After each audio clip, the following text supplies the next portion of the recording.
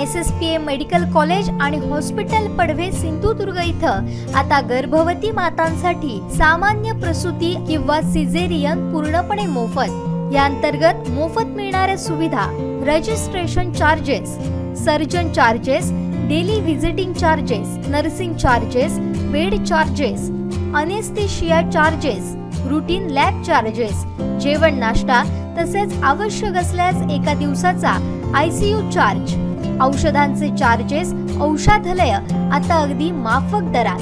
संपर्क दुर्वा गंगावणे 9370 05 60 76 आणि अरविंद कुडतरकर 9325 23 25 62। Phone number 023 67 23 40 00।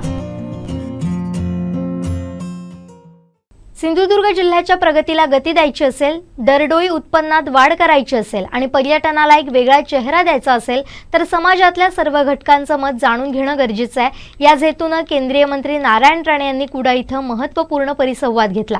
विविध घटकांच्या समस्या त्यांनी जाणून घेतल्या आणि उद्योग व्यवसायात यशस्वी होण्याचा कानमंत्रही दिलाय। पाहुयात स्पेशल रिपोर्ट। सिंधुदुर्ग जिल्ह्याचा चेहरा बदलण्यासाठी सातत्यानं प्रयत्नशील आहेत ते केंद्रीय मंत्री नारायण राणे। पंतप्रधान नरेंद्र मोदी यांच्या सरकारमध्ये महत्त्वाचं खातं मिळाल्यावर नव्या संकल्पनांच्या माध्यमातून ते प्रगतीसाठी प्रयत्नशील आहेत। त्याचाच एक भाग म्हणून कुडा इथं नुकताच त्यांनी परिसंवाद घेतला।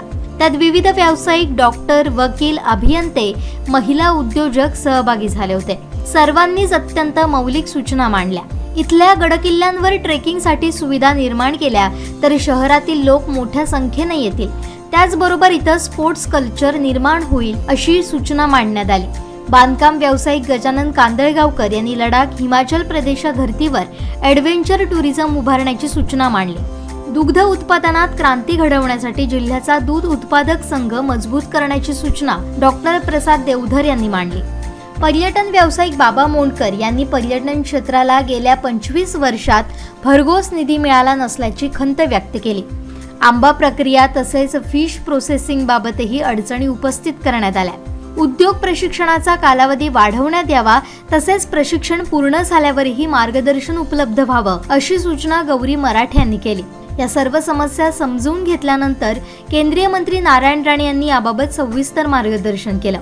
कोणताही उद्योग सुरू करताना आधी अभ्यास आणि नियोजन आवश्यक असल्याचं सांगत ते म्हणाले, नियोजन हाच कोणत्याही व्यवसायात यशस्वी होण्याचा एकमेव मंत्र आहे। आमच्याकडे उद्योजक आपल्या जिल्ह्यात कारखानदारी किती 12 लक्ष लोकसंख्या किती 12 लक्ष कारखाने 18,000 फक्त ते चालू आहे। बंद आहे पण आमच्या रजिस्ट्रेशन आहेत आमच्याकडे चालू आहेत तर बंद केले आणि कोणाचं टर्नओव्हर 1 कोटी आहे 50 लाख आहे 2 कोटी आहे तो 10 कोटीवाला काही नसेल। आम्ही कोटी मोजणार कधी अकाउंटवर कधी येणार तसे उद्योग करण्याचं काम आम्ही कधी करणार का चर्चा फक्त चर्चा नो प्लॅनिंग। जपानमध्ये 90% वेळ प्लॅनिंगला घालतात 10% इम्प्लिमेंट। आपण 90% आपण काम प्लॅनिंग नाही आणि अंमलबजावणी 100% अपयशी लॉस। उद्योगांबाबत मार्गदर्शन आणि मदतीसाठी आपण सदैव तयार असल्याचं सांगत ते म्हणाले, येत्या वर्षभरात सिंधुदुर्ग जिल्ह्यात किमान 500 नवीन उद्योजक तयार व्हावेत। कोकणातल्या ताज्या घडामोडी आणि लाईव्ह अपडेट्ससाठी फॉलो करा कोकणचं नंबर 1 महा चॅनल कोकण 7 लाईव्हचं फेसबुक पेज।